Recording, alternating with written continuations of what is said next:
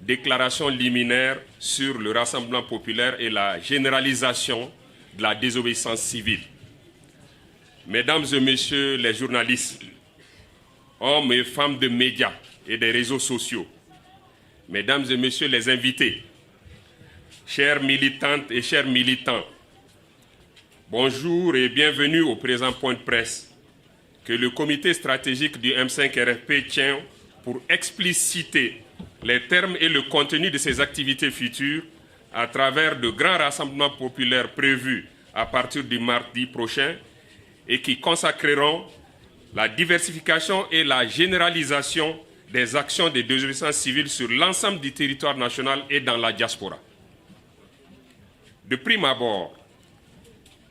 il nous plaît de vous adresser nos vœux de bonnes et heureuses fêtes de Tabaski et prions qu'Allah le Tout-Puissant couvre notre nation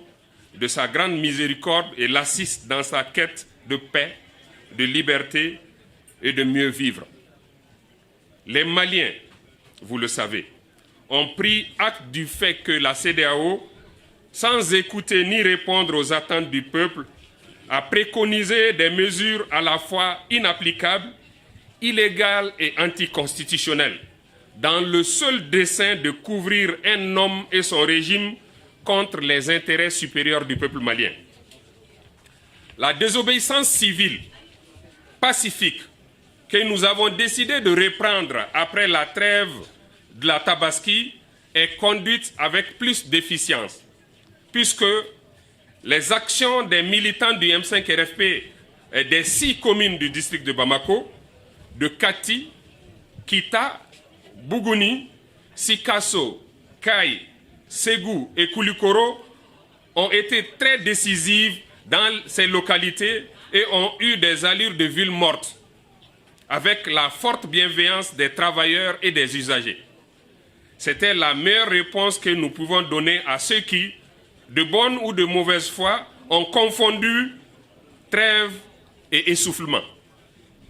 Malgré le caractère pacifique de cette démarche, nous avons enregistré beaucoup d'agressions de plus en plus brutales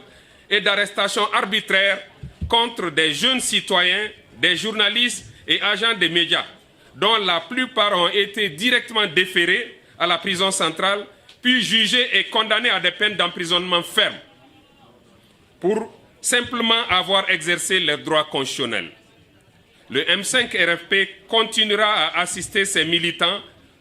tout en mettant solennellement en garde le général Mbemba Moussa Keïta, ministre de la Sécurité, pour les arrestations arbitraires et brutales, et Maître Kassoum Tapo, ministre de la Justice, pour les incarcérations et condamnations expéditives. Chacun rendra compte de ses actes posés.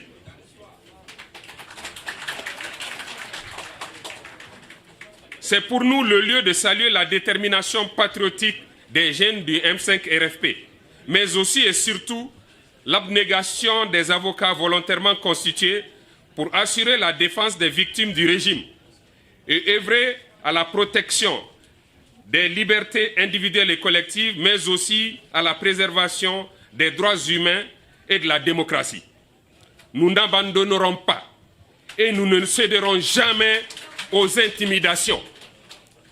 aux menaces, aux arrestations et aux services corporels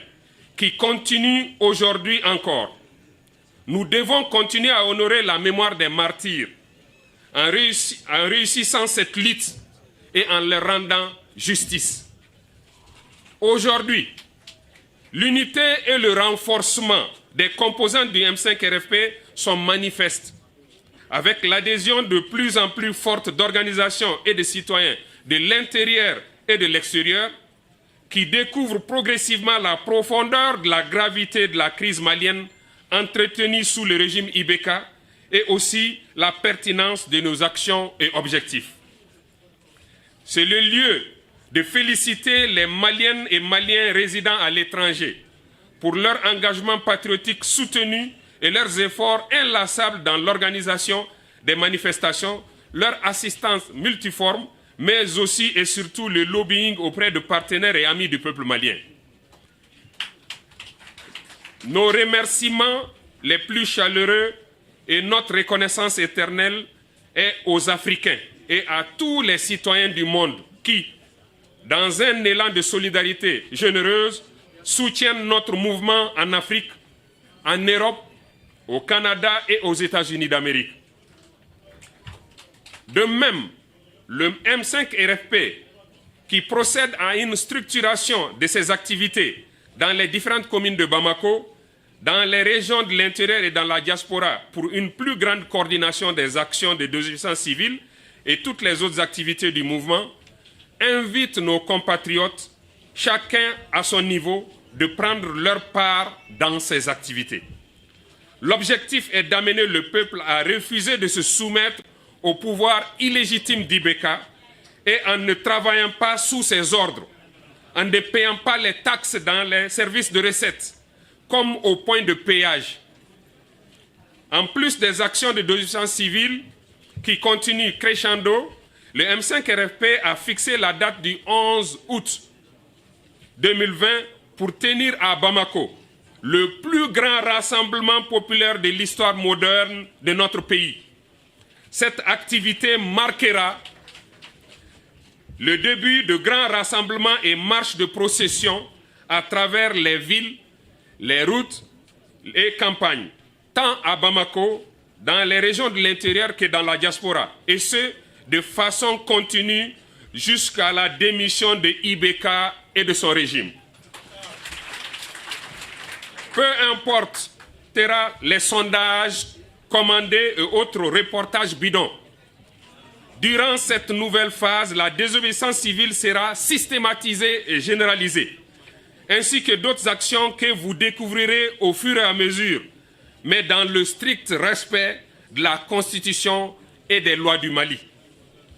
Mesdames et messieurs, le M5-RFP a initié des actions judiciaires en cours contre les auteurs, commanditaires et complices des tueries et exactions commises contre les manifestants aux mains nues par les Forsat et d'autres forces de répression, tant à Sikasso qu'à Bamako et d'autres villes, dans les rues, les domiciles et lieux de culte, et exige la libération de l'honorable Soumaïla Cissé, chef de file de l'opposition. D'ailleurs, les investigations et enquêtes sont en cours par les organisations de défense des droits de l'homme telles que Amnesty International, qui vient de publier un rapport accablant sur les tueries de la mi-juillet au Mali. Le M5-RFP rappelle que des dénonciations et plaintes déjà prêtes seront dûment portées devant la Cour pénale internationale. Le M5-RFP réitère plus que jamais sa ferme détermination à sauver le Mali, menacé de disparition en tant qu'État, nation, démocratie et république laïque, et exige toujours, purement et simplement, la démission de M. Ibrahim Boubacar Keïta et de son régime